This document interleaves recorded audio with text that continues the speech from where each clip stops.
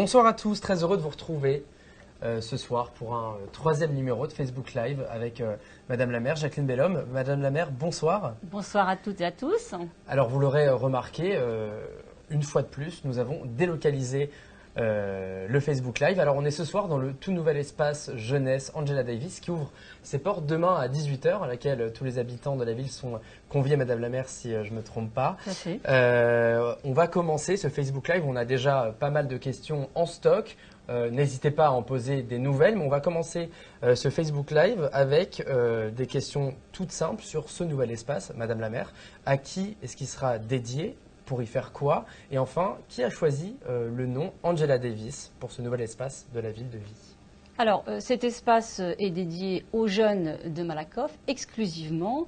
On va y installer le PIGE, le point information jeunesse qui auparavant était à la cité Voltaire-Prévert. Les jeunes pourront également venir consulter leurs conseillers de la mission locale. Et puis, c'est un lieu pour eux où ils pourront venir y faire des activités, des soirées, des réunions, des rendez-vous. Donc, c'est en plein centre-ville. Et donc, c'est vraiment un lieu complètement destiné à la jeunesse.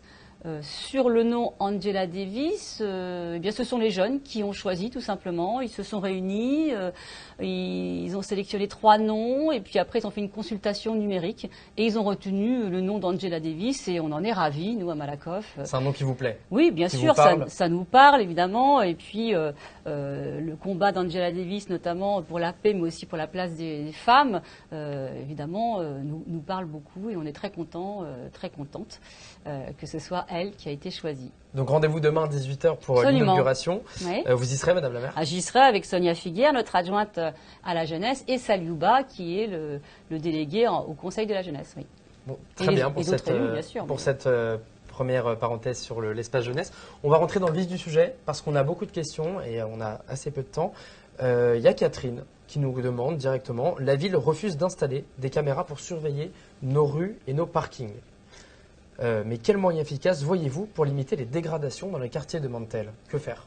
Alors, autre solution que les caméras, peut-être? Alors, à Malakoff, c'est vrai que nous ne sommes pas pour développer la vidéosurveillance ou vidéoprotection, parce qu'on l'appelle un peu différemment. Parce que, d'abord, on n'est pas convaincu de l'efficacité de ce dispositif. Pour autant, il faut bien distinguer l'espace public et l'espace privé, puisque nous avons des bailleurs sociaux, notamment Malakoff Habitat et Paris Habitat, qui ont déjà installé des systèmes de caméras, notamment rue Savier, puis à Gambetta, dans les halls, parce qu'il y avait des soucis. Et puis au Nouveau, Malakoff Habitat a installé également des caméras. Et prochainement, puisque nous avons un problème récurrent dans les parkings de Valette, le bailleur a aussi décidé d'installer de la vidéosurveillance. On verra si c'est dissuasif, si ça fonctionne. Pour que quelque chose soit clair, tout ça c'est d'ordre privé et pas question pour la ville d'installer des caméras dans les lieux non, publics. pour l'instant, la ville n'a pas l'intention de le faire. Ceci dit, nous avons lancé un diagnostic territorial de sécurité dont nous aurons les résultats prochainement et on verra ce que préconise évidemment le cabinet avec lequel on travaille, mais pour l'instant, ce n'est pas à l'ordre du jour. C'est pas à l'ordre du jour, mais ce n'est pas non plus totalement exclu. Une deuxième question de Chaka qui nous est venue avant ce Facebook Live. Bonsoir, donc elle vous passe le bonsoir. Quand est-ce que l'impasse des Négriers sera renommée? Alors on en parlait un petit peu avant le Facebook Live, il y a eu toute une vague de rues qui ont été renommées en France. Est-ce que l'impasse des Négriers pourrait en faire partie? Alors, l'impasse des Négriers, d'abord, c'est une impasse privée. Donc, il faut savoir que, comme c'est privé, la ville n'a pas la main dessus. Mais j'ai reçu un courrier d'une habitante de cette impasse, il n'y a pas si longtemps que ça d'ailleurs, qui est très embêtée par ce nom, qui est très connoté, il faut le reconnaître, mais qui pour autant n'a rien à voir avec la traite des esclaves. Le négrier, les négriers, ce sont des arbres. Et dans ce passage, dans cette impasse, il y avait des arbres, et c'est pour ça qu'ils portent ce nom-là. Pour autant, c'est vrai que c'est pas très beau et c'est un peu connoté. Donc nous avons appelé la dame qui nous a écrit. Nous allons organiser une réunion avec les habitants de l'impasse l'impasse, parce qu'il faut que tous les habitants de l'impasse soient d'accord pour changer de nom. Et puis, si on peut effectivement changer, moi je suis tout à fait partante, d'autant que nous avons envie de donner des noms de femmes à des rues et à des équipements qui n'en ont pas. Ce que vous avez fait le 8 mars dernier. Voilà, alors le 8 mars, nous l'avons fait, mais de manière éphémère, puisqu'on ne débaptise pas quand même des rues comme ça. Hein. Mais là, c'est une opportunité effectivement pour le faire et on va aller leur proposer, mais il faut que tout le monde soit d'accord. Donc peut-être un consensus sera trouvé. Ouais. Vous le savez, on a des questions vidéo également qui ont été enregistrées entre deux Facebook Live. On va commencer avec la première. C'est Lila qui pose une question sur le marché. Je vous laisse l'écouter. Bonjour, je m'appelle Lila. Le marché est actuellement en cours de rénovation et à terme, les commerçants vont le réintégrer, mais avec une augmentation de 20% de leur loyer. Alors, est-ce normal d'apprendre ce type d'informations grâce à eux? Et quelles vont être les répercussions d'une telle augmentation pour les consommateurs et toute la collectivité? Merci de votre réponse. Alors voilà, il y a une inquiétude de la part de Lila, peut-être pour les consommateurs. Est-ce que l'augmentation de la location des stands, il y aura un impact direct pour les consommateurs? Alors, Lila a tout à fait raison, il va y avoir une augmentation du prix de la location des stands pour les commerçants, puisque le marché est refait à neuf, donc il faut bien le financer. Et ce n'est pas la ville qui gère le marché, c'est un concessionnaire. Pour autant, les choses ont été discutées avec l'ensemble des commerçants. 20%, il faut savoir de quoi on part. Hein. Malakoff est le marché le moins cher pour les commerçants des Hauts-de-Seine. Ça va être fait en deux fois, donc une partie l'année prochaine, une partie l'année suivante. Et pour exemple, pour un stand classique de 12 mètres carrés, ça va faire à peu près une augmentation de 100 € annuel, ce qui correspond à peu près, puisque nous on a un marché qui fonctionne 3 fois par semaine, à 2 € la semaine. Donc c'est tout à fait absorbable par les commerçants. D'ailleurs, bon, je suis un peu surprise, mais sans doute qu'il y en a qui trouvent que c'est encore trop cher, ce que je peux comprendre. Mais ceci dit, le marché de Malakoff fonctionne très bien. On aura au final un très beau marché qui sera encore plus attractif qu'aujourd'hui. Et je ne doute pas qu'il y aura encore plus de clients. Donc il n'y aura normalement pas trop de répercussions sur la clientèle. Moi, je ne suis pas très inquiète. Non, pas du tout. On a une seconde vidéo à vous montrer, Madame la maire. C'est Madame Denis, qui est commerçante. Il me semble que vous la connaissez. Oui, je la connais bien, Madame Denis. Elle se pose des questions sur les travaux du quartier Barbus. Je vous laisse l'écouter. Bonsoir Madame la maire, c'est Madame Denis, traiteur à Barbus. Voilà, donc au sujet des travaux, j'aurais voulu savoir quand est-ce que ça commence exactement et si à tout hasard les rues adjacentes au commerce seront fermées pendant les travaux. Voilà, je vous remercie. Bonne soirée Madame. Voilà. Alors, Madame Denis, comme tous les commerçants, a été consultée, concertée. On est allé les voir individuellement. Alors, Madame Denis elle a la particularité d'avoir un commerce qui est en pied d'immeuble. Donc déjà, il faut savoir que les commerçants en pied d'immeuble à Barbus ne déménageront que s'ils le souhaitent, puisque l'idée, c'est qu'on refasse un centre commercial en face qui sera beaucoup plus accessible et visible de la rue. Et quand le centre commercial sera ouvert, les commerçants déménageront s'ils le souhaitent. Alors, ce sera normalement à partir de 2021 où on commencera cette phase de travaux-là, parce que ce sera la dernière phase. Avant, il va y avoir la construction du garage en étage et végétalisé qui sera le long de la voie ferrée, donc dans lequel on pourra garer dans le parking, dans lequel on pourra garer les voitures, et en même temps il fera une protection phonique pour la cité. Nous allons aussi en parallèle avoir la construction, la déconstruction d'abord et la construction ensuite de la cité des poètes. Hein, c'est un grand chantier. 2 immeubles.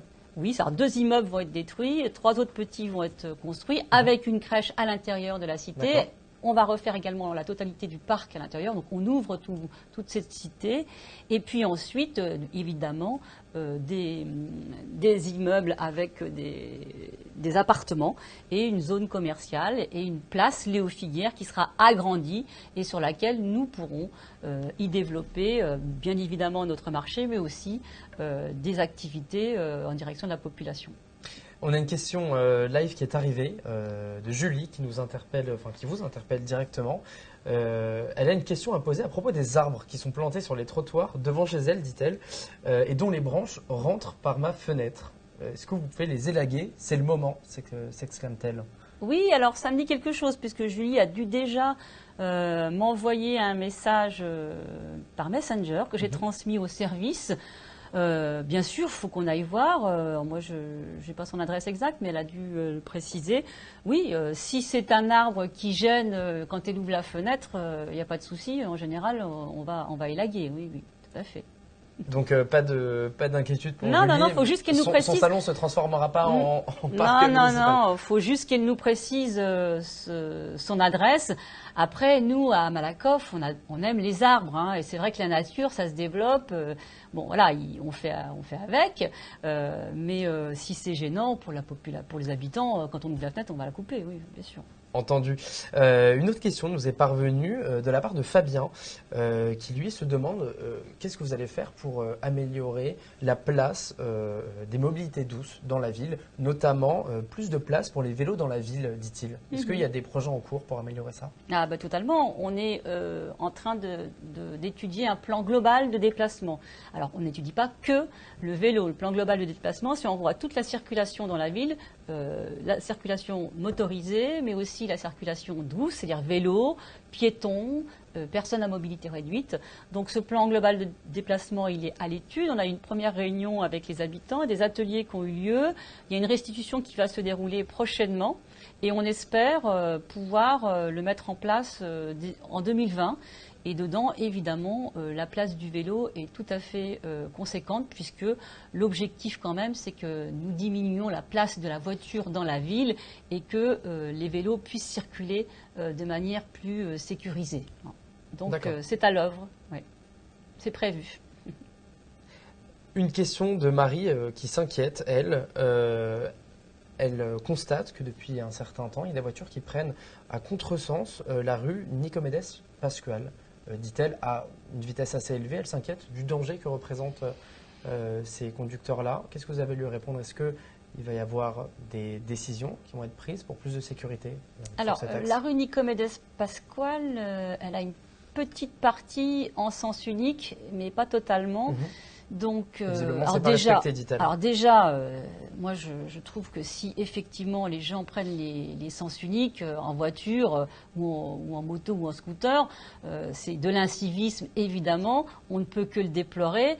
Donc maintenant, je n'ai pas eu d'écho plus que ça, on va aller voir sur place. De toute façon, on fait une réunion de quartier bientôt, de balade de quartier. Je pense que peut-être il y a un problème, il faut qu'on regarde si c'est bien signalisé. Il y a peut-être un problème de signalisation du sens unique.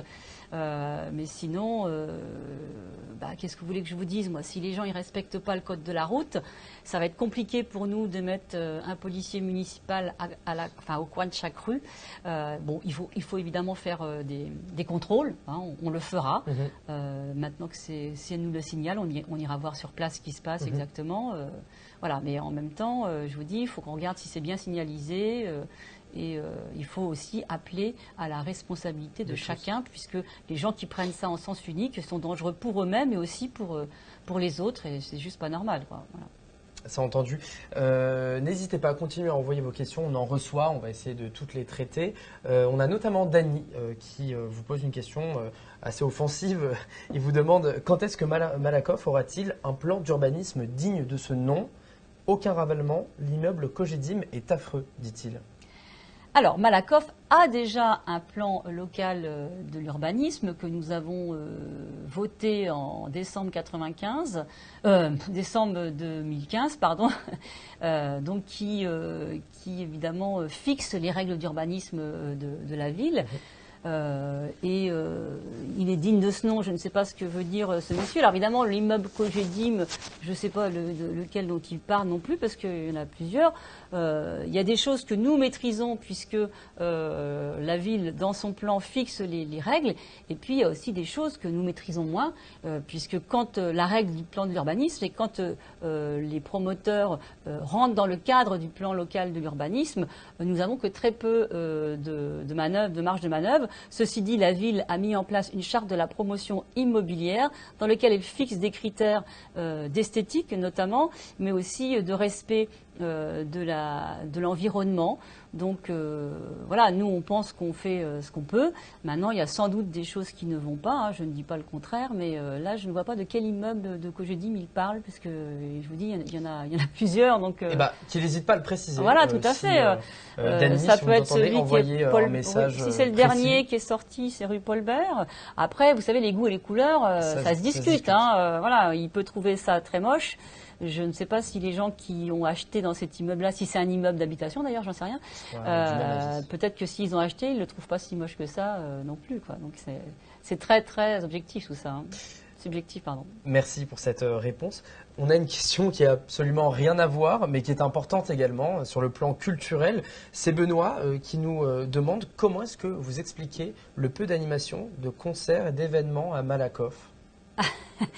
Alors, donc Benoît, ça doit être un sacré fêtard parce que il doit aimer faire la fête régulièrement, tous les soirs même. Mais il veut la faire à Malakoff, oui, visiblement. Je comprends bien.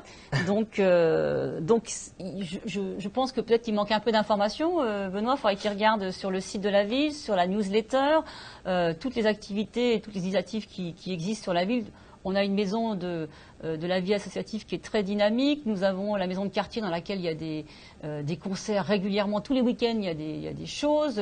Notre salle des fêtes est régulièrement occupée.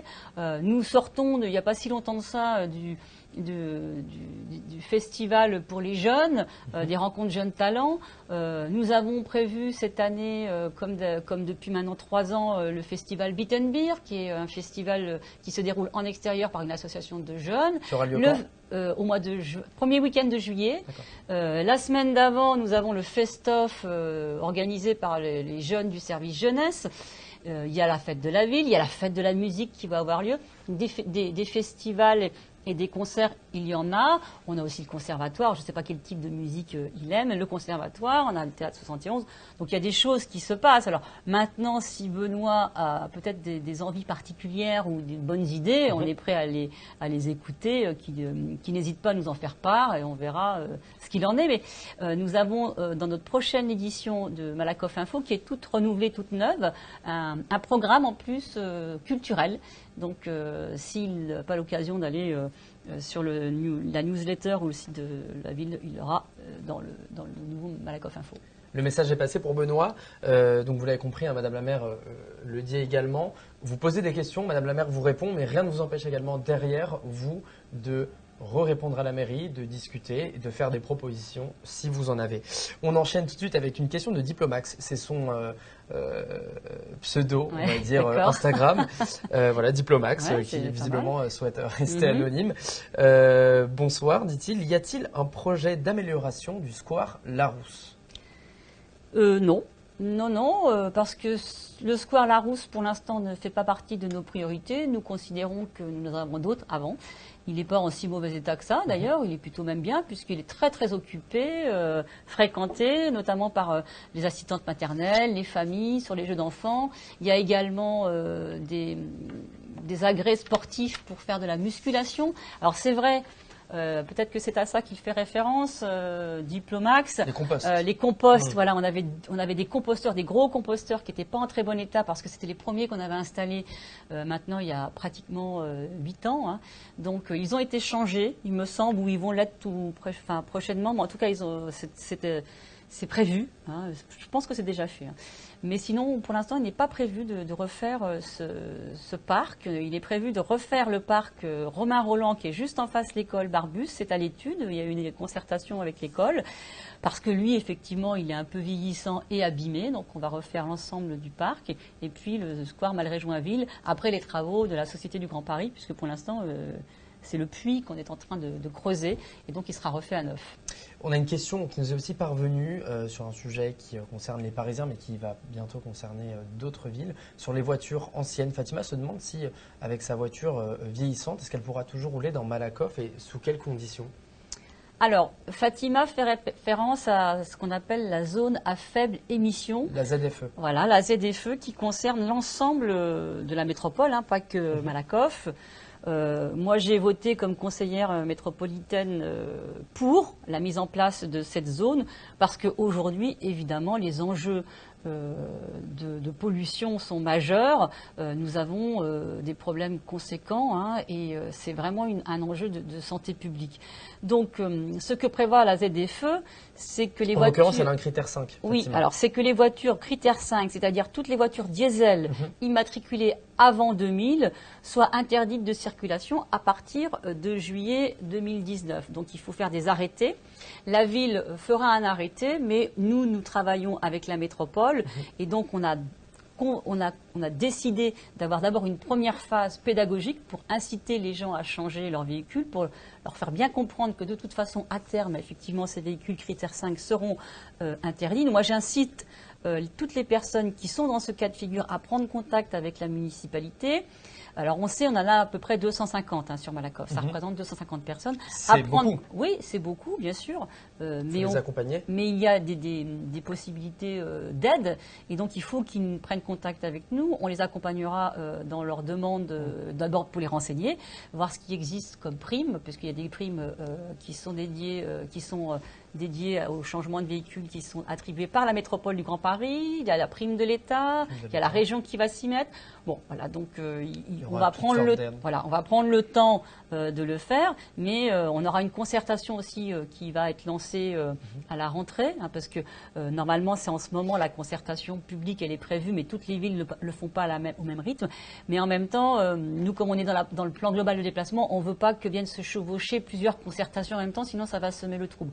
Voilà, donc il y aura un arrêté, mais dans un premier temps, il n'y aura pas de verbalisation. C'est vrai, ce sera plus un travail pédagogique que l'on fera en direction de la population. Ce qu'il faut savoir, c'est qu'à terme, quand même, la pollution est très importante et qu'il va falloir qu'on s'y mette. Bien sûr, également. Bien sûr.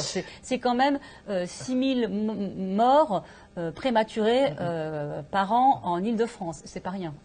Bien sûr, c'est une cause importante. Alors, on a la force du Facebook Live, Madame la maire, parce qu'on a quelqu'un qui nous interpelle depuis le Maroc directement. Mais c'est un habitant de Malakoff. Il s'appelle Faradji. Ah bah oui. Alors, donc il dit, je suis au Maroc avec un député de ma circonscription. À quand un jumelage Malakoff-Oujda? C'est la ville dans laquelle il se situe. Alors, le député de sa circonscription au Maroc, je suppose. Alors, il ne nous l'a pas précisé, je le pense. D'accord, ok. Eh bien, pour l'instant, c'est pas du tout à l'ordre du jour. Et ça lui ferait plaisir. Sans doute, oui, mais enfin, on ne fait pas des jumelages comme ça, évidemment. Là, plus sérieusement, vous avez des projets de jumelage avec pour l'instant, nous, on est dans le cadre de la solidarité internationale qui nous tient à cœur à Malakoff. On a une délégation spécifiquement sur ce sujet qui, d'ailleurs, est gérée par Mireille Mauguerou. Nous avons un travail qui est très approfondi avec la Ngogom au Sénégal. D'ailleurs, nous y sommes allés il y a quelques mois. On a fait une soirée la semaine dernière avec toutes les associations de solidarité. Et là, oui, on réfléchit à un jumelage, effectivement, mais qui serait plutôt avec un camp en Palestine. Voilà. Mais c'est tout. On est aux prémices, hein, parce que nous avons eu un travail avec les jeunes sur Chatila. Nous avons projeté un film, il y a eu tout un travail qui a été fait dans les maisons de quartier avec la jeunesse et on s'est dit que peut-être il y avait quelque chose à faire à ce niveau-là puisque c'est une cause qui nous parle beaucoup et qui parle aux jeunes. Donc pour l'instant il n'y a rien de fait, hein. On est qu'aux prémices, mais pourquoi pas, hein. Mais pour l'instant avec le Maroc, non, c'est pas prévu. Bon, la question aurait eu le mérite d'être posée. Merci pour cette question. On a une nouvelle, Barbara. Qui nous parle du boulevard Camélina. Quand la mairie donne un permis de construire, dit-elle, systématiquement, les entreprises s'approprient l'espace public en se garant sur les trottoirs et pistes cyclables. Pourriez-vous au moins sensibiliser les propriétaires, demande-t-elle. Alors, eh bien, c'est pas du tout bien, parce que quand on autorise des permis de construire, il n'est pas prévu d'occuper l'espace public. Donc, et visiblement, c'est le cas. Ah bah si c'est le cas, il faut nous le signaler. Quand on peut, on se déplace et on verbalise. Alors déjà, on va frapper aux portes. Puis si les gens sont là, ils répondent et on leur demande de se déplacer. S'ils sont pas là, on verbalise. Mais nous, quand on délivre un permis de construire, on ne sait pas exactement quand est-ce que vont commencer les travaux. Est-ce que ça nécessite, en termes d'occupation des sols, donc je ne sais pas à quoi il fait référence, sans doute à des entrepreneurs qui viennent. Voilà, donc il faut respecter, quoi qu'il en soit, l'environnement. Et donc, si c'est le cas, il faut nous le signaler. Et on se déplace, et on va demander aux gens de ne pas le faire. Et s'ils ne respectent pas, on verbalise. La police municipale se déplace. Et est-ce qu'à Malakoff, parce qu'on peut aussi verbaliser, il y a des sociétés privées qui le font, est-ce que c'est quelque chose que vous envisagez à Malakoff, des sociétés privées qui se baladent avec des caméras et qui verbalisent ceux qui ne sont pas censés être là? Non, pour l'instant, c'est pas du tout à l'œuvre. Non, pas à Malakoff. C'est pas prévu. Alors, pour l'instant, ce sont nos. Parce que c'est un vrai sujet, c'est quelque chose qui se développe dans beaucoup de municipalités, notamment à Paris. Oui, tout à fait, bien sûr. Mais Paris, c'est Paris, et c'est quand même pas. Faut comparer ce qui est comparable quand même. Pour l'instant, c'est notre police municipale et nos ASVP qui sillonnent les rues de Malakoff et qui verbalisent. À Paul-Bert, la primaire est suffisamment équipée pour des projections, nous dit Manon. À l'heure du numérique, n'est pas suffisamment, j'imagine, c'est pas très très clair. À l'heure du numérique, cela pose problème. Quand est-ce que les travaux de l'école maternelle Paul-Bert se terminent? Alors, je comprends pas bien la question. Il y a deux questions dans une. Alors, les travaux. Je vais déjà répondre à celle que j'ai compris. Les travaux de l'école maternelle Paul-Bert. C'est insuffisamment équipé.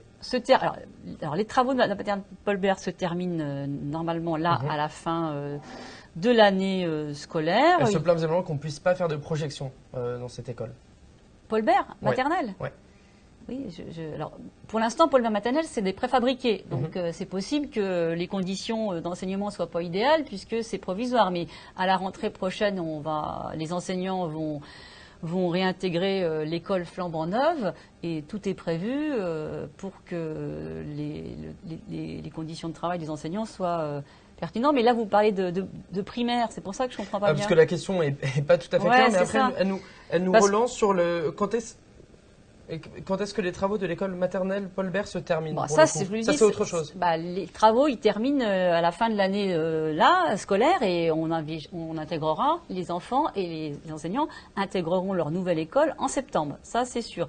Et sur les projections, alors si c'est à l'élémentaire en face, effectivement, il y a une, comme dans toutes les écoles d'ailleurs, il y a une salle informatique. Comme l'école élémentaire va être également refaite, primaire, donc élémentaire, parce que visiblement primaire, c'est le sujet de sa question visiblement. C'est pas une école primaire, c'est élémentaire et c'est maternelle. D'accord. Voilà, d'accord. Peut-être ça viendra primaire un jour. La primaire, c'est quand on fusionne la maternelle et l'élémentaire. Bon, mais là, l'école élémentaire va également être refaite puisqu'on vient de déterminer l'architecte, l'équipe d'architectes qui va la refaire juste après. L'école maternelle, donc ça va commencer, ça commencera à la rentrée 2019-2020, et donc on ne fera plus de salles d'informatique comme on faisait auparavant.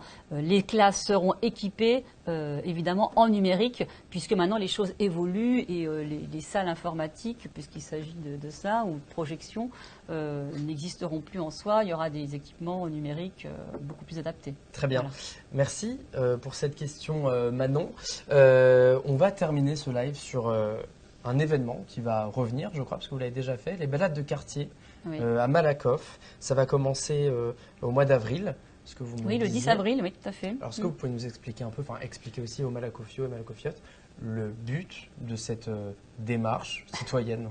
Alors, je pense... Où vous voir, quand vous voir. Les Malakoffiaux et les Malakofiotes connaissent déjà les balades de quartier. Pour les nouveaux, eh bien, le principe, c'est que... nous avons 5 quartiers déterminés. On donne rendez-vous aux habitants et aux habitantes à une heure donnée dans un lieu. On déambule ensemble dans le quartier. Les habitants en profitent pour nous dire ce qui va pas. On fait le point avec les élus, les services aussi, puisque nous sommes accompagnés des services. Et puis ensuite, on termine dans un bar où là, on discute un peu. Continuer les échanges. On discute des échanges qui ne sont pas forcément spécifiquement sur le quartier, mais qui peuvent être sur la ville en général. Et donc ça, on en fait normalement tous les ans. Et cette année, on les a étalés. C'est vrai que l'année dernière, on les avait un peu concentrés sur peu de temps. Et là, on les commence le 10 avril et ça va aller jusqu'à la fin mai. Donc au beau jour, évidemment. Et donc c'est une façon pour nous, pour les élus, d'être en proximité avec les habitants et les habitantes et d'aller les rencontrer dans leur lieu de vie. 10 avril, dernière rencontre, c'est aux alentours. C'est fin mai, j'ai plus la date en tête, mais il y en Fin a mai, 5. en tout cas, Il y c'est en a les beaux 5. jours, pas d'excuses pour aller rencontrer. Alors des fois, on est un peu enchaîné par la météo, mais bon, ça, on maîtrise pas tout. Hein. Bon, merci Madame la maire. On a eu tout un flot de questions qui, comme d'habitude, parlent d'à peu près tout. On fait un dernier point quand même sur l'espace jeunesse. Demain, 18h. Oui, Vous tout attendez à fait. Qu'est-ce qui va attendre les habitants de Malakoff demain, ici? Alors demain, c'est l'ouverture, c'est l'inauguration. Ouais. Donc, Comme activité, il y aura des animations, j'imagine. Oui, tout à fait. ce sera l'occasion pour Benoît de venir. Il y a l'exposition des carnets de voyage. Ce sont les projets jeunes qui vont nous exposer les voyages qu'ils ont effectués avec des belles photos. Voilà. Il y aura également la visite des lieux. On va inaugurer la belle fresque que JBC nous a concoctée, qui est magnifique. Et puis, il y aura un repas voilà, par les cuisiniers fabriqueurs.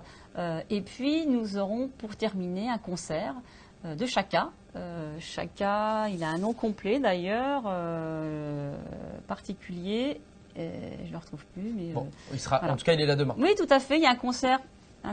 Donc j'invite tous les Benoît, jeunes. En l'occurrence. Et ben Benoît, voilà. Du manque Benoît, d'animation. demain soir, si vous voulez, nous vous invitons. C'est gratuit. Et c'est à l'espace Angela Davis, rue Augustine Vario. Chaka Brown, on me dit. Chaka Brown. Chaka Brown, Voilà. on me dit. Ah bon. Voilà, comme ça on est Ok. précis jusqu'au bout. Je l'appelais toujours. Merci pour ces Merci à vous. quelques précisions pour demain. Merci à vous, Madame la maire. Merci à vous, les internautes, d'avoir encore une fois joué le jeu, d'avoir posé vos questions, que ce soit en vidéo, en live, au préalable. Vous le savez, les questions auxquelles on n'a pas répondu, c'est comme d'habitude, envoyez à la mairie. On vous répondra en message privé ou en commentaire. D'ici le prochain Facebook Live, on se retrouvera, je vous le dis. Pensez à vos prochaines questions. On se retrouve à très vite. Au revoir.